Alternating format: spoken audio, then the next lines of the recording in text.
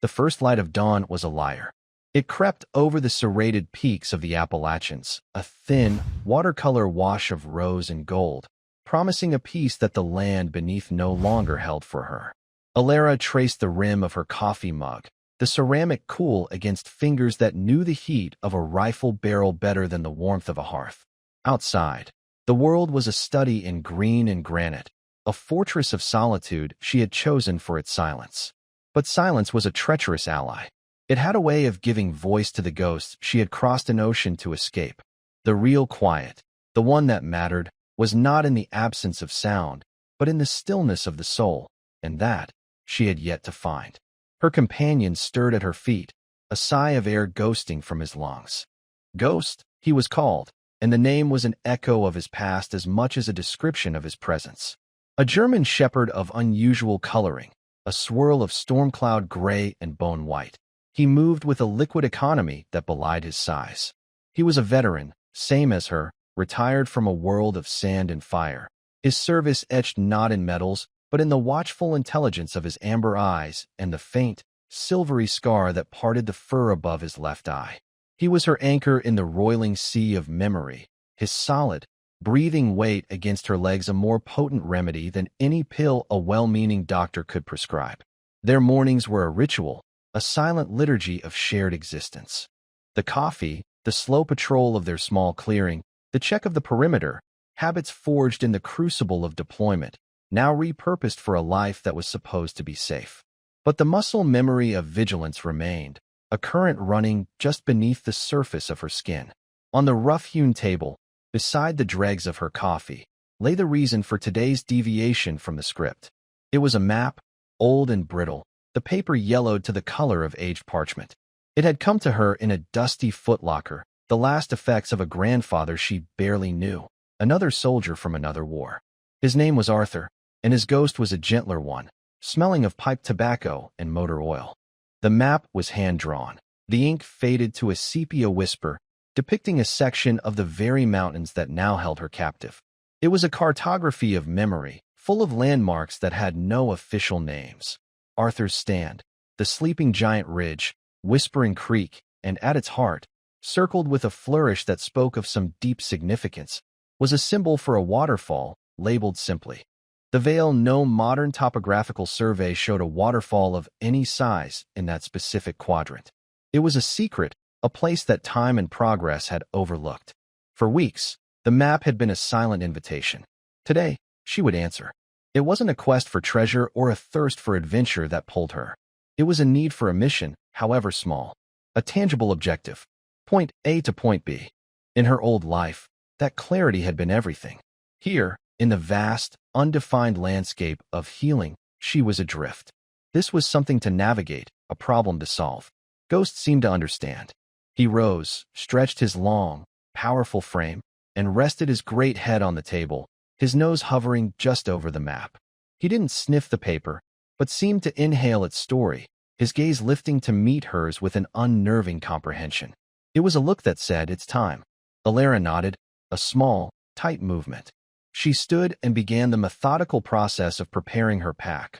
Water, a trauma kit, a length of climbing rope, a reliable compass, and the heavy, reassuring weight of the Sig Sauer she rarely went anywhere without. Each item was a verse in a familiar psalm of readiness. This small journey felt different from her usual patrols. It was a step toward a past that wasn't soaked in cordite and loss, but in the mystery of family and the secrets of the mountains themselves. She felt a flicker of something she hadn't felt in years, a fragile spark of curiosity that was not immediately extinguished by the cold ash of her trauma. It was a feeling worth holding on to, a story worth seeing through to its end. A story, perhaps, that others who felt lost in their own silence might one day need to hear, a reminder that even in the deepest woods, a path can still be found. The forest floor was a tapestry of decay and rebirth, a soft, damp carpet of fallen leaves and moss that swallowed the sound of their passage. Elara moved with a practiced economy, her boots finding purchase on stone and root as if guided by an unseen hand. It was the rhythm of the infantryman, the patient, ground-eating pace that could cover miles without conscious thought. Her senses were fully engaged, not with the hypervigilance of a combat zone, but with a deeper, more ancient awareness. She noted the direction of the wind in the sway of the hemlocks, the chatter of a squirrel that signaled their presence, the distant cry of a red-tailed hawk carving circles in the vast, blue emptiness above. Ghost was a phantom at her side, a seamless extension of her own movement. He never ranged too far ahead, his gray and white coat a perfect camouflage in the dappled light filtering through the canopy. His ears swiveled, capturing a symphony of sounds beyond her human range, his nose constantly testing the air, deciphering the complex language of the wilderness. This was his element as much as it was hers. The mountains didn't care about their scars. Here, they were not broken things to be fixed, but creatures moving through their habitat, their pasts irrelevant to the eternal, unjudging witness of the trees. The map, now protected in a waterproof case, was a masterpiece of instinctual navigation. Her grandfather had used terrain features, the bend of a creek, a uniquely shaped rock formation, things that endured. As she cross-referenced the drawing with her compass and the landscape before her, a grudging respect for the old soldier grew within her. He had known this land intimately, had walked it until its rhythms were part of his own. The sun climbed higher, and the air grew thick with the scent of pine and damp earth. It was then that the memory ambushed her. A flash, not a thought, but a full-body immersion. The weight of her armor, the suffocating heat, the taste of dust in her throat. The sudden, concussive whump of an IED detonation up ahead. The smell of diesel and something else, something metallic and sweet. The shouting, the screaming. Her breath hitched, her forward momentum ceasing so abruptly she nearly stumbled. The vibrant green of the forest bled out, replaced by the washed-out tan of the Helmand province. Her heart hammered against her ribs, a frantic bird trapped in a cage of bone. A cold pressure pushed against her hand. She looked down. Ghost was there, his body pressed firmly against her leg, his head tilted, his amber eyes locked on hers. He didn't whine or bark. He just watched her, his presence a solid, unwavering fact in a world that had suddenly become fluid and unreal. He nudged her hand again, harder this time, a demand. Breathe. Be here. Elara sucked in a ragged breath, the clean, cool air a shock to her lungs. The scent of pine returned, sharp and clear. The tan faded, and the world resolved back into 1,000 shades of green. She sank to one knee, her hand sinking into the thick fur of Ghost's neck, grounding herself in the living, breathing reality of him. "Good boy," she whispered, her voice rough. He leaned into her touch, his duty done. After a few minutes, she rose, the tremor in her hands subsiding. The ghosts were always there, waiting in the wings. But with him, they no longer had the power to drag her under completely. They continued on, and soon, a new sound began to permeate the woods, a low, persistent rumble that grew steadily in volume, a vibration she could feel in the soles of her boots. It was the sound of moving water, tons of it. They crested a final ridge, pushing through a thicket of rhododendron, and the world opened up. Before them, the vale. It was more magnificent than any drawing could convey. A sheer cliff face of dark, glistening rock, at least 100 feet high, was draped in a roaring curtain of white water. The creek they had been following plunged into a deep, turquoise pool, sending a fine, cool mist into the air that caught the sunlight and fractured it into 1,000 tiny rainbows. It was a place of raw, elemental power, hidden away in the heart of the mountains. A sanctuary, but the map indicated more. A small X was marked not on the waterfall, but directly behind it. Ghost, who had been standing in quiet awe like her, now took a step forward. A low growl, different from any she had heard before, rumbled deep in his chest. It wasn't aggression. It was a warning, a profound sense of unease. His hackles were not raised, but his body was tense, his focus absolute. He looked from the cascading water to her, then back again. Trusting his instincts more than her own, Elara unholstered her sig. The click of the safety is small, sharp sound against the roar of the falls. She moved toward the edge of the pool, the mist dampening her face. Ghost didn't hesitate. He plunged through the shimmering curtain of water, disappearing for a heart-stopping second before she saw his silhouette in the space behind. Taking a deep, steadying breath, Elara followed him into the roar. The transition was jarring.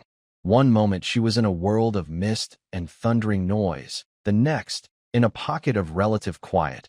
The roar of the falls now a muffled, percussive backdrop. They were in a cave, a wide, deep alcove carved out behind the waterfall.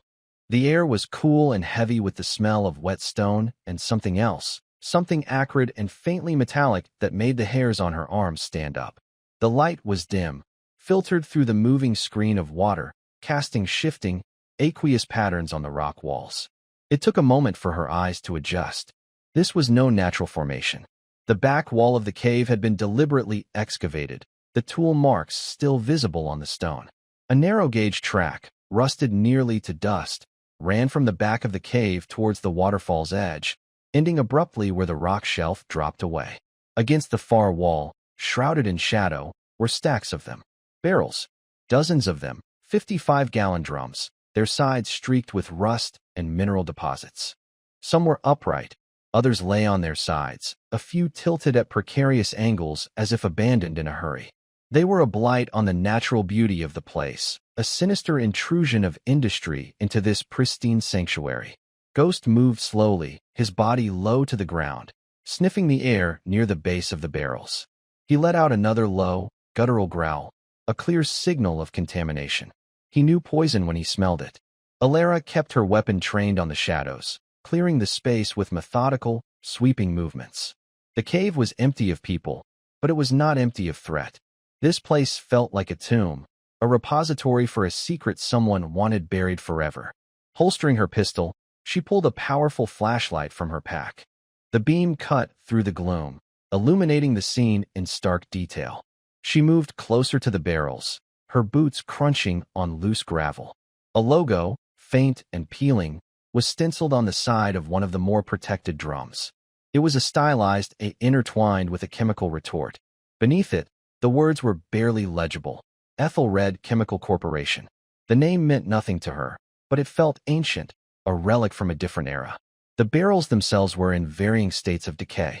Most seemed to be holding, but several showed significant corrosion, with dark, viscous stains weeping from their seams and pooling on the cave floor. The acrid smell was stronger here. This was a toxic time bomb, ticking away behind a curtain of breathtaking beauty. Her training kicked in, overriding the shock. This was now a potential hazmat site. She pulled on a pair of nitrile gloves from her kit and took out her phone. The signal was non-existent, as she expected. She switched to camera mode, her mind shifting into evidence collection. She photographed everything. Wide shots of the cave and the stacked barrels. Close-ups of the Aethelred logo. Detailed shots of the leaking seams, the stained ground, the rusted tracks. She used the flashlight to illuminate every dark corner. She documented the GPS coordinates from her standalone unit, which didn't rely on a cell signal. Then, using a small trowel and a pair of sterile sample bags from her medical kit, she carefully collected a sample of the soil near one of the leaks and another of the water from a small rivulet that trickled from the back of the cave and disappeared into a fissure in the floor, a fissure that almost certainly fed the groundwater system. She sealed the bags, double-bagged them, and placed them in an exterior pocket of her pack. Her grandfather's map had led her to a secret, but it was not the romantic mystery she might have imagined. It was a legacy of poison, a 50-year-old crime left to fester in the heart of the wilderness. As she worked, she couldn't shake the feeling of being watched. It was the same feeling she'd had on exposed ridges in the Cunner Valley, a primal instinct that screamed of unseen eyes. She scanned the cave mouth, the shifting patterns of light and water. Nothing. But Ghost felt it too. He had taken up a sentry position near the entrance, facing not into the cave, but out, through the waterfall, his body a rigid line of focused intent. Someone had put these barrels here, and someone, somewhere, likely knew they still were. The mission had changed. It was no longer about following a map. It was about what she would do with the knowledge of what she had found. The weight of that knowledge felt heavier than any pack she had ever carried. The trek back to the cabin was a silent, urgent march. The beauty of the forest was lost on Elara now, its sun-dappled clearings and ancient trees transformed into a potential crime scene. Every stream she crossed, every spring she passed, was now suspect. The secret of the waterfall had poisoned the landscape in her mind long before its chemical payload had a chance to. Back in the sanctuary of her small home, the disciplined routine took over once more, a bulwark against the rising tide of unease. Ghost resumed his patient vigil by the door while Elara set to work. She uploaded the photos from her phone to a ruggedized, encrypted laptop, her movements precise and efficient. The images were stark and damning on the screen, the rust and decay of the barrels a visceral contrast to the pristine memory of the waterfall. With a satellite internet connection that was slow but reliable, she began her search. Aethelred Chemical Corporation. The first few results were historical footnotes, digital ghosts from a pre-internet era. Aethelred had been a mid-tier industrial chemical manufacturer based in West Virginia, specializing in pesticides and industrial solvents. Then she found it, a series of archived news articles from the late 1970s. The company had been at the center of a massive environmental scandal. Illegal dumping, contaminated groundwater, a cancer cluster in a small town. The EPA, then a relatively new agency, had come down on them hard. The company had declared bankruptcy, its assets were liquidated, and its executives had faded into obscurity, escaping any real accountability. Officially, Aethelred Chemical Corp had ceased to exist. But corporations, Elara knew, didn't die like people. They mutated. They were absorbed.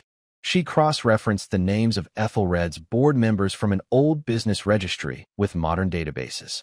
It was a tedious process, a digital breadcrumb trail that led through a labyrinth of shell companies and holding firms. But after 2 hours of focused digging, she found the link. Aethelred's remaining patents and assets hadn't just been liquidated. They had been quietly absorbed by a new, emerging company in the early 80s. That company had evolved, rebranded, and grown over the decades into a modern corporate behemoth, OmniGen Solutions. The irony was a bitter pill. OmniGen's public face was immaculate. They were darlings of the green movement, pioneers in environmental remediation and sustainable development. Their commercials, full of sweeping drone shots of pristine landscapes and smiling families, ran constantly. Their tagline was OmniGen, engineering a better tomorrow. They didn't just clean up environmental disasters. They profited from them, acquiring polluted land for pennies on the dollar and then billing governments and other corporations millions for the cleanup, which they then redeveloped for a further windfall. They were a vulture masquerading as a dove. The pieces clicked into place with the chilling certainty of a chambered round. The cave behind the waterfall wasn't a forgotten dump site. It was an unrecorded liability, a dark secret on OmniGen's hidden ledger. If it were ever discovered, the corporate archaeology would lead straight back to Aethelred, and the pristine reputation of OmniGen would be shattered. The scandal would be immense, costing them billions in fines and tanking their stock. They had every reason in the world to ensure those barrels remained a secret. Elara pulled up a map of the local county, her heart sinking. The stream fed by the waterfall, Whispering Creek according to her grandfather's map, flowed directly into the reservoir that supplied the town of Havenwood. The small, sleepy town where she bought her supplies, where the old-timers at the general store still nodded to her, where kids rode their bikes down Main Street. They were all downstream. She looked at the soil and water samples, sealed in their bags on her counter. They weren't just evidence anymore. They were a prophecy. She thought of her grandfather. Had he known? The map was dated 1978, right at the height of the Aethelred scandal. Had he stumbled upon them moving the barrels? Was his hand-drawn map not a treasure map, but a warning? A piece of evidence he never had the chance to use? The weight on her shoulders intensified. This was no longer an abstract problem. It had faces. The face of the cashier at the grocery store, the old man who ran the hardware shop, the children playing in the town park. Her fortress of solitude had been breached, not by an enemy force, but by a sense of responsibility. Her war had followed her home, not in the form of flashbacks, but in the guise of a quiet, insidious poison that threatened the innocent. The mission parameters were becoming clearer, and she knew, with a certainty that chilled her to the bone, that the enemy was already aware of the breach. The first attempt at official channels was a lesson in bureaucratic inertia. Elara compiled a concise, anonymous report, including the GPS coordinates, a description of the site, and a few of the less incriminating photos, and sent it to a public EPA tip line. The response was an automated email promising a review within 90 to 120 business days. It was the institutional equivalent of a shrug. They needed more. Official soil analysis, water tests from a certified lab, things she couldn't get without revealing herself and giving OmniGen time to bury the evidence deeper. She needed a different approach, a local one. She thought of Jedediah Jed Miller, the retired sheriff of Havenwood. She'd only spoken to him a few times at the general store, but he had a reputation for being shrewd and unshakable, a man who loved the town more than he feared any outside influence. He was her best bet, but before she could make a move, the world subtly shifted around her. The change was almost imperceptible, a slight alteration in the atmospheric pressure of her solitude. It started with a black SUV, a late-model Lincoln Navigator with tinted windows, parked for an hour at a scenic overlook on the main road, miles from her turnoff. It was positioned to have a clear line of sight to the dirt track that led to her cabin. It could have been tourists, but they never got out of the vehicle. The next day, it was the drone, a high-pitched, insectal whine that cut through the natural sounds of the forest. She was splitting wood when she heard it. She looked up to see a small, dark quadcopter hovering at the edge of the tree line, 1,000 feet up. It held its position for less than a minute before banking sharply and disappearing over the ridge. It was a professional piece of equipment, not a hobbyist's toy. They were conducting reconnaissance. Ghost confirmed her suspicions. His calm, watchful demeanor was gone, replaced by a low-level, constant state of alert. He no longer dozed at her feet, but patrolled the perimeter of the cabin in slow, deliberate circuits. His ears were always cocked, his nose testing the wind. He would stop and stare into the dense woods for long minutes, a low growl vibrating in his chest, aimed at something only he could see or sense. He was a living early warning system, and every instinct he possessed was screaming danger. Elara stripped down her Sig Sauer on the kitchen table, cleaning and oiling each component with a practiced, meditative focus. It was a ritual that calmed her nerves, the familiar shapes and mechanics a comfort in their lethal simplicity. She was a soldier again, not by choice, but by necessity. The enemy had a name now, OmniGen, and they were probing her defenses. The first direct message came on the third morning. It was placed on the top step of her porch, a small, dark bundle against the weathered wood. It was a bird. A kingfisher, its vibrant blue and orange plumage now dull and lifeless. She knelt, her gloved fingers gently examining it.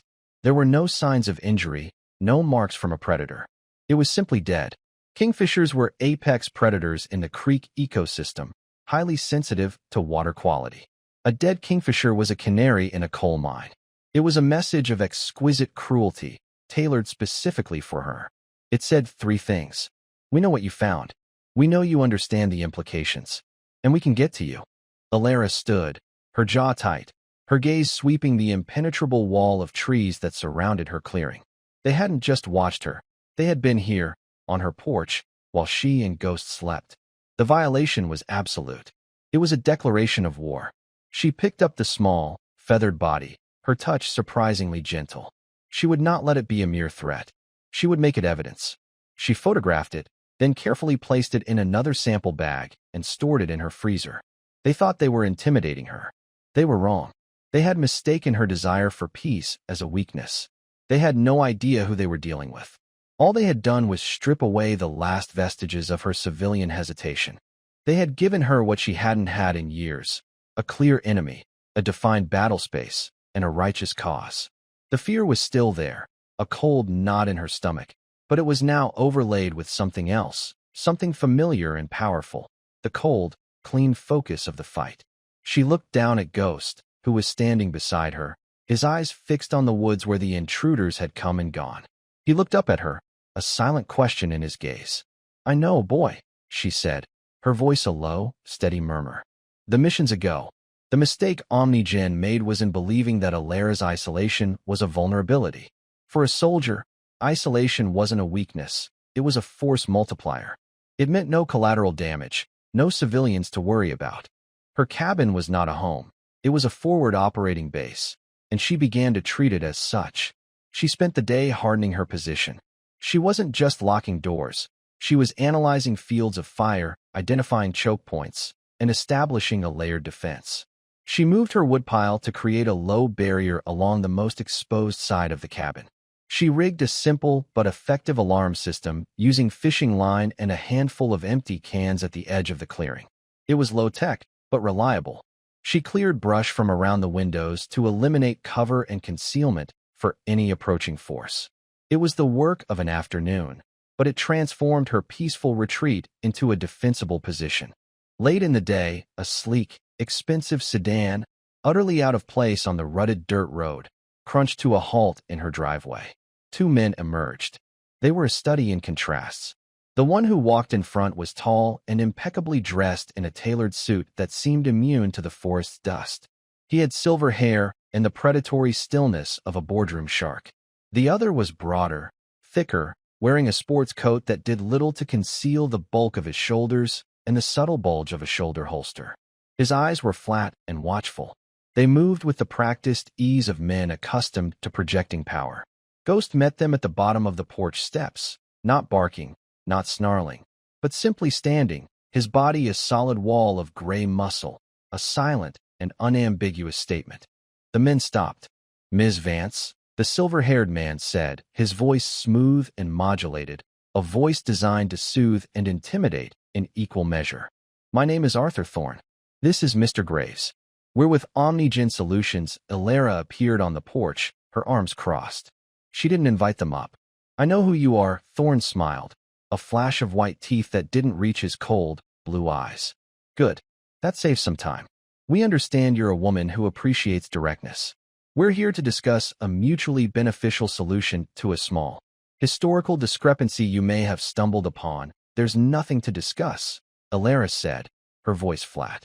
"That land is part of the national forest. What's on it is a federal matter. Bureaucracy can be so untidy." Thorne sighed, as if discussing a minor inconvenience. "We prefer to handle these things quietly, discreetly. OmniGen is prepared to offer you a generous resettlement package.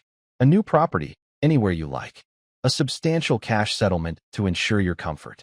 All we require is your signature on a non-disclosure agreement and for you to forget about a certain geographical feature." It was a threat wrapped in a business proposal. Mr. Graves' eyes never left her, assessing her, weighing her. "I'm not for sale," Elara said. Thorne's smile thinned.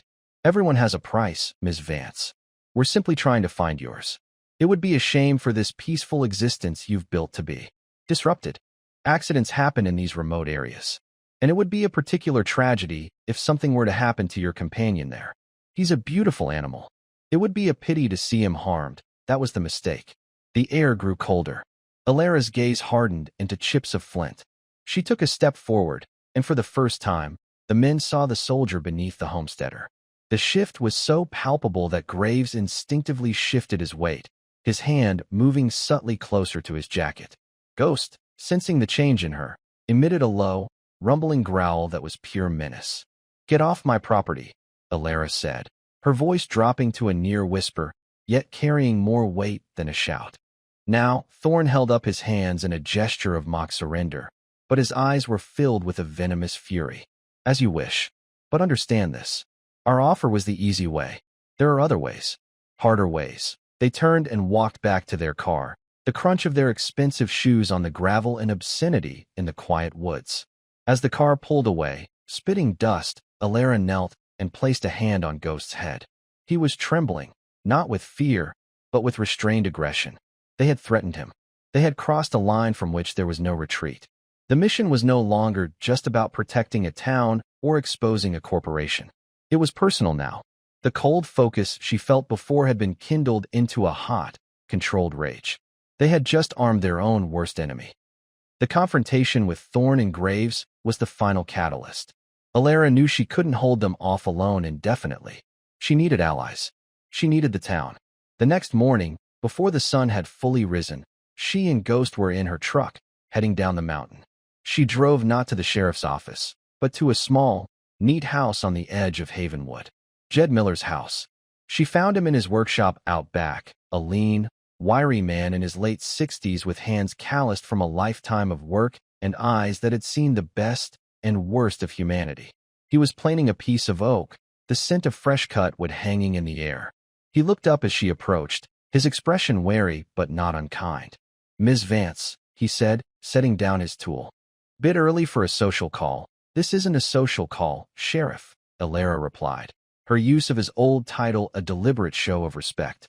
Jed grunted. "Haven't been sheriff for 10 years. Just Jed, she corrected herself. "I need your help for the next 20 minutes. On the tailgate of her truck, Elara laid it all out. She didn't embellish or editorialize. She presented it like a battlefield briefing, concise, factual, and methodical. She showed him the photos on her laptop, the satellite images, the location on her grandfather's map. She told him about Aethelred, her research into OmniGen, and the visit from Thorne and Graves. Finally, she produced the 2 sample bags, the soil and the water, and a home water testing kit she'd bought. In the clear morning light, they performed the test on the water from the cave. The strip for heavy metals turned a dark, angry color almost immediately, indicating levels far beyond any acceptable limit. Jed stared at the test strip, then at Elara's face, his expression hardening. He had the look of a man who had long suspected a fox in his henhouse and was finally seeing its tracks. "OmniGen," he said, the name tasting like something foul. "They've been buying up land north of here for the last 2 years. The old logging tracts. Said they were for a conservation easement, never sat right with me." He looked from the map to the photos. "Arthur Vance's granddaughter. I knew your granddad. Good man. Stubborn as a mule. He ever mentioned this?" "No. I found the map after he passed," Elara said. "He drew it in 78. The same year Aethelred went under, son of a bitch." Jed breathed, the pieces falling into place for him as well. He must have seen them. He mapped their hiding spot. Jed was in. He knew the town, its people, and its vulnerabilities. He also knew its strengths. "We can't go through official channels yet," he said, his mind already working the problem. "OmniGen's got deep pockets. They'll tie this up in court for a decade, bury us in paperwork until those barrels rust through completely. We need undeniable proof, and we need to get it to someone who can't be bought. And we need to work fast." His first call was to Sarah Jenkins, the head librarian at the county library. She was young, whip-smart, and possessed a digital prowess that bordered on witchcraft. Within an hour, she met them at Jed's house, her eyes wide as they briefed her. She took Elara's research and immediately started digging deeper, her fingers flying across her keyboard, diving into corporate registries, SEC filings, and the dark corners of the internet where shell companies cast their shadows. While Sarah worked, Jed made 2 more calls. His contacts weren't law enforcement. They were 2 brothers, Dale and Cletus, old hunting and fishing buddies who had lived in these mountains their whole lives. They knew the forests, the game trails, and the hidden hollows better than OmniGen's surveyors ever would. They were his eyes and ears. By midday, their small resistance cell was operational. Sarah, working from the library's powerful connection, found the final piece of the puzzle. They filed for a zoning variance, she announced over a secure call.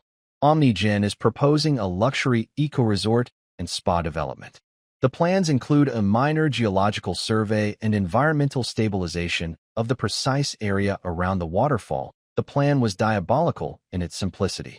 They would discover the dump site themselves, control the narrative, perform a highly publicized cleanup of their own mess, and get praised as environmental heroes for it, all while securing the permits for a billion-dollar development.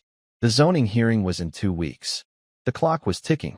Dale and Cletus, meanwhile, had already moved into the woods, setting up a discreet observation post overlooking the access road to the waterfall area. They were ghosts in the trees, communicating via short-burst radio transmissions. Elara felt a strange sense of belonging she hadn't anticipated. Surrounded by this small, determined group, the old lawman, the digital warrior, the mountain scouts, she wasn't an isolated veteran anymore. She was part of a unit, a fire team. The loneliness that had been her constant companion for years began to recede, replaced by the familiar, grounding weight of shared purpose. The fight was coming, and for the first time, she wouldn't be facing it alone. The call came just after dusk, a crackle over the radio that broke the evening's calm. It was Dale. "Got movement, Jed." 2 black SUVs and a flatbed truck with a heavy lift crane, heading up the old logging road toward the falls. They're not waiting for any zoning board. OmniGen was making its move. under the cover of darkness and an approaching storm front that was rolling in from the west, its bruised purple clouds swallowing the last of the light. They were going to pull the barrels out and make them disappear before anyone could sound a real alarm. They can't do that, Jed growled into the handset. We need to stop them. Delay them until we can get a real authority out there. The state police won't move on our word alone, not against a company like OmniGen, Elara stated, her voice calm and level. And the storm will give them the perfect cover. By morning, the evidence will be gone. We can't let them reach that cave, a plan formed in her mind, born of a dozen similar operations in hostile territory. It wasn't about a direct confrontation. It was about using the terrain as a weapon. It was about harassment, delay, and psychological warfare. Jed, stay here with Sarah. Coordinate. I'm going in, she said. Dale, Cletus, I need you to be my eyes. Give me their position, speed, and composition. Don't engage. Just observe. You can't go alone, Jed protested. I won't be alone, she said, looking down at Ghost, who was already on his feet, whining softly, his body thrumming with anticipation. He knew. The mission was on. Elara geared up quickly, her movements economical and sure. She traded her heavy boots for lighter trail runners. She wore dark clothing, a small pack with water, night vision goggles, and the tools of disruption, zip ties, a small handsaw, and a length of high-tensile wire. Her Sig Sauer was secure in its thigh holster. She and Ghost melted into the woods as the first drops of rain began to fall. The forest, which had been her sanctuary, was now her battlefield. She moved with a speed and silence that would have been impossible for the corporate thugs in their heavy vehicles. Guided by the brothers' radio updates, she paralleled the logging road, keeping to the high ground. The wind picked up, moaning through the pines, and the rain intensified, turning the road into a slick, muddy track. The storm was her ally. She reached a narrow point in the road, a place where the track cut through a steep embankment. It was the perfect choke point. Working quickly in the deepening gloom, she used her handsaw to partially cut through the trunk of a dead but massive oak tree that loomed over the road. She didn't fell it completely, just weakened it enough so that a strong, focused push would send it crashing down. Then she moved further up the road, toward the convoy. She found them struggling, the heavy flatbed sliding in the mud. Thorn and Graves were there, directing a handful of hired muscle. They were losing their cool, their city clothes soaked, their voices sharp with frustration. This was her opening. While the men were focused on the truck, Elara and Ghost slipped through the trees to the far side of the road. She found what she was looking for, a small, rocky outcrop above them. She dislodged a few stones, sending them clattering down the embankment 50 yards ahead of the convoy. The sound was sharp, unnatural. The men froze, heads snapping up, flashlights cutting wildly through the rain-swept darkness. What was that? Graves yelled. While they were distracted, Ghost went to work. He was a gray wraith in the storm. He circled behind them, silent as a shadow, and let out a single, ferocious bark from the deep woods to their rear. It echoed strangely in the storm, sounding closer and more threatening than it was. The men spun around, their focus now completely split. It was classic diversionary tactics. In that moment of confusion, Elara sprinted back to her prepared position. As the convoy, spooked and on edge, finally got moving again and approached the weakened tree, she and Ghost put their combined weight against the trunk. With a great groan of stressed wood, the massive oak toppled, crashing across the road with a ground-shaking thud, blocking their path completely. The men shouted in alarm, their path forward impassable. They were trapped between the fallen tree and a muddy, impassable road. The delay was achieved. But as she watched them through her night vision goggles, she saw Thorn pull out a satellite phone, his face contorted in a mask of pure fury. This wasn't over. She had won the skirmish, but she had also just confirmed their worst fears about her. They would no longer see her as a nuisance to be bought off. They would see her as an active, capable threat, and they would escalate accordingly. The storm broke around her, the rain coming down in blinding sheets, but Elara felt a cold, clear calm. Let them come. Thorn was a strategist, albeit a ruthless one. He understood the principle of the feint. The blocked road and the stalled convoy were an acceptable loss if it served a larger purpose. While Elara was focused on the team at the logging road, he had already set his real plan in motion. His furious call on the satellite phone wasn't a cry for help. It was an order to execute.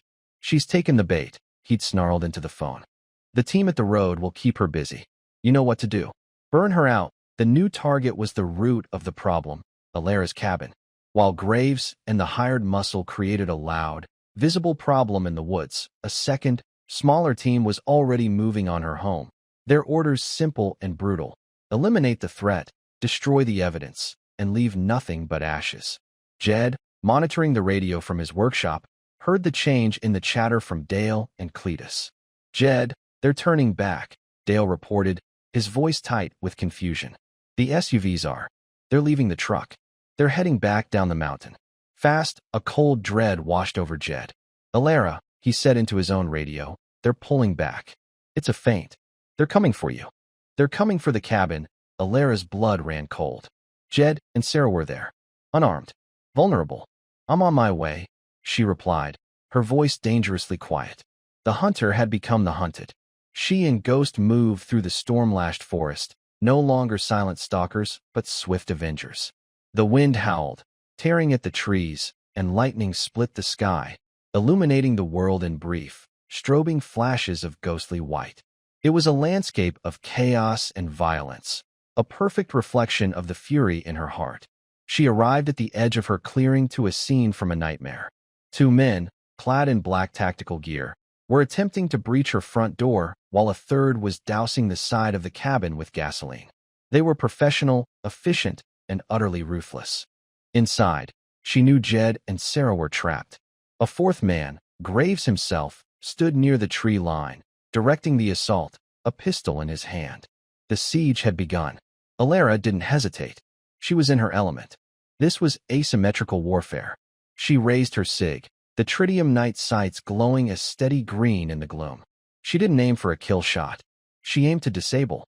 Her first round caught the man with the gas can in the thigh. He screamed and dropped, the can spilling its contents. Her second shot slammed into the shoulder of one of the men at the door, spinning him around and sending him to the ground. The element of surprise was total. Graves and the remaining man scrambled for cover, firing blindly into the woods. "Contact! West flank!" Graves bellowed, his corporate smoothness replaced by the raw bark of a field commander. Inside the cabin, Jed reacted. Hearing Elara's shots, he shoved a heavy bookcase in front of the door and took up a position by a window, his old service revolver, a .38 Special, held in a steady, practiced grip. He wasn't a soldier, but he was a lawman, and he would not go down without a fight. This was Elara's field of fire. She and Ghost began a deadly dance at the edge of the clearing. She would fire a single shot from one position, then immediately move, using the darkness and the storm as her cover. Ghost, meanwhile, was a terrifying, spectral presence. He would appear at one end of the clearing, drawing their fire, a gray blur against the dark trees, only to vanish and reappear moments later on the opposite side. He was a ghost, a phantom, sowing chaos and confusion. The remaining thug at the door decided to try a window. As he smashed the glass, a gray and white missile of fur and fury exploded from the darkness inside. Ghost hit him chest high, all 90 pounds of controlled power, driving him back out into the mud. He didn't maul him. It was a takedown, precise and disabling, his jaws closing on the man's arm with just enough pressure to neutralize the threat, a testament to his training. Graves, seeing his team collapsing, made a desperate move. He rushed Jed's position, firing at the window.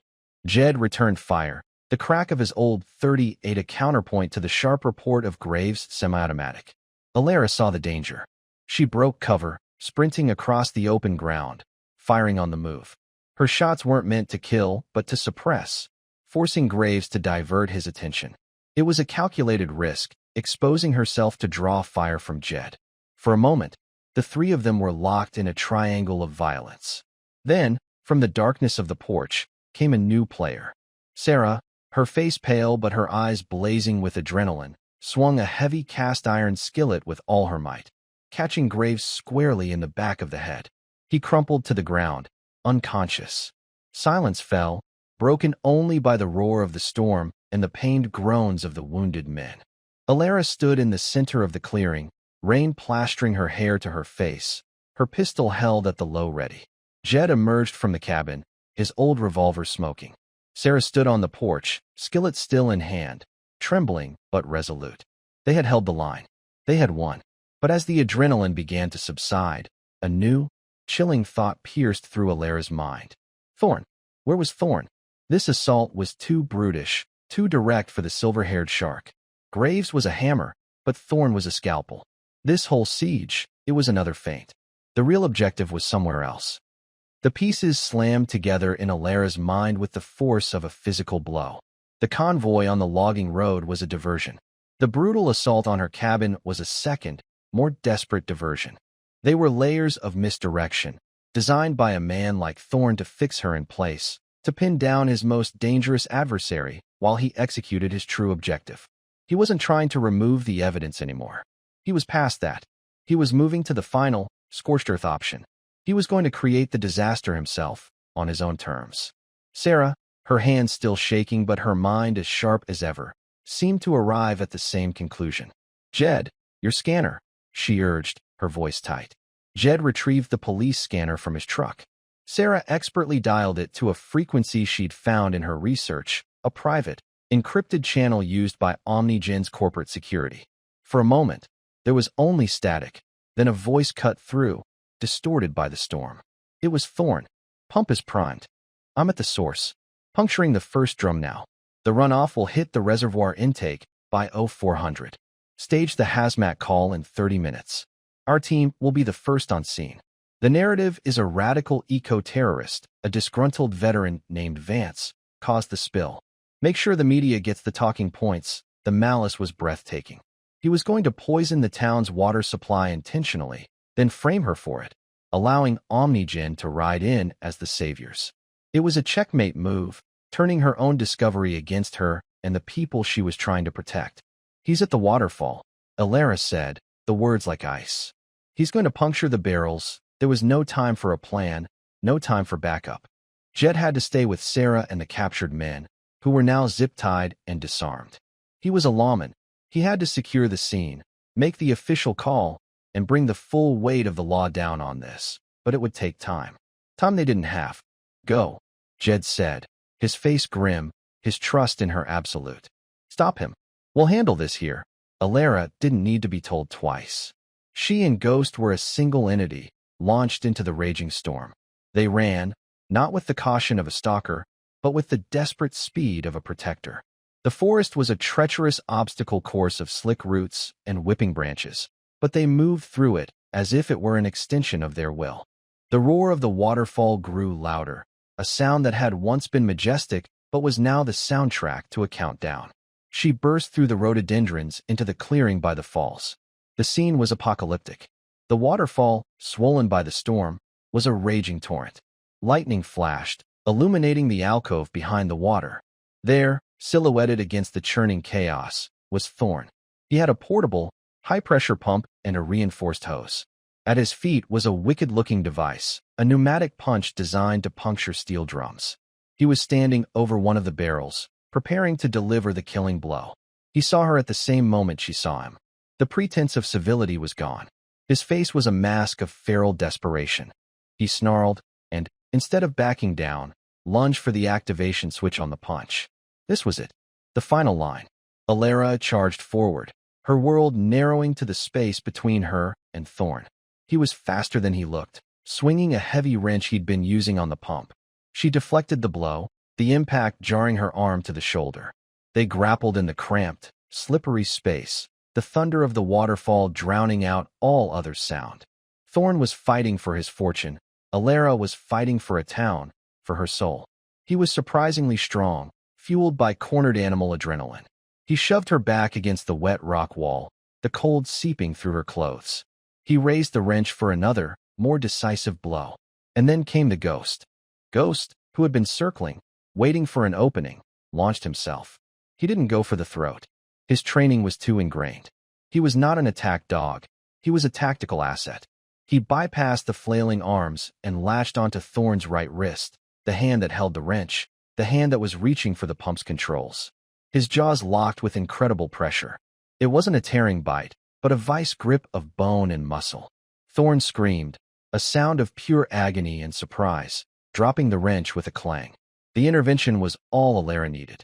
She exploded up from the wall, driving her shoulder into Thorn's chest. She didn't use her fists.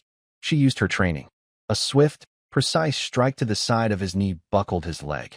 As he stumbled, she secured a controlling grip, using his own momentum to slam him face first against the rock wall, hard enough to daze him.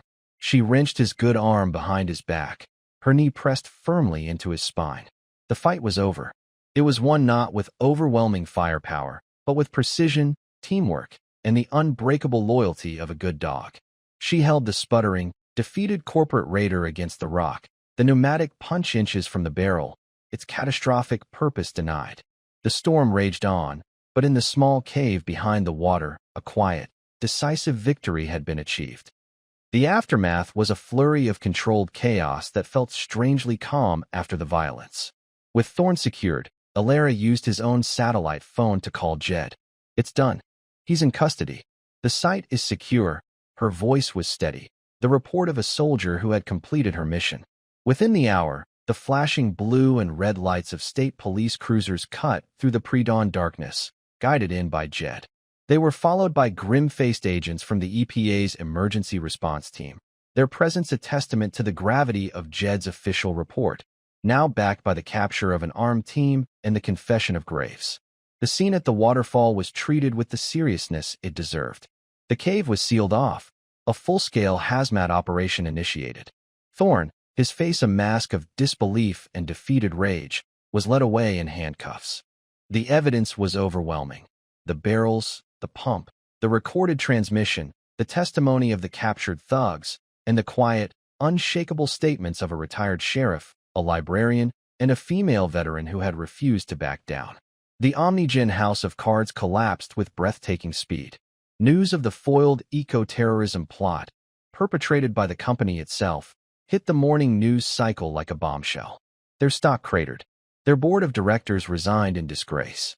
Federal indictments came down like rain. The story of Havenwood became a national symbol of corporate malfeasance brought to light by the courage of a few ordinary people. Elara wanted no part of the media circus. She gave her official statement to a stone-faced state detective, a concise and factual account that downplayed her own role and emphasized the teamwork of Jed and Sarah and the undeniable evidence. When the reporters began to arrive, she and Ghost were already gone, slipping back up the mountain to the quiet solitude of their cabin. She was not a hero, and she didn't want to be one. She was a soldier who had seen a threat to innocent people and had acted to neutralize it. That was all. The town of Havenwood, however, saw it differently. They didn't throw her a parade or erect a statue. They knew her well enough for that. Instead, they showed their gratitude in the quiet, respectful language of the mountains. A cord of perfectly split oak would appear, stacked neatly by her woodshed.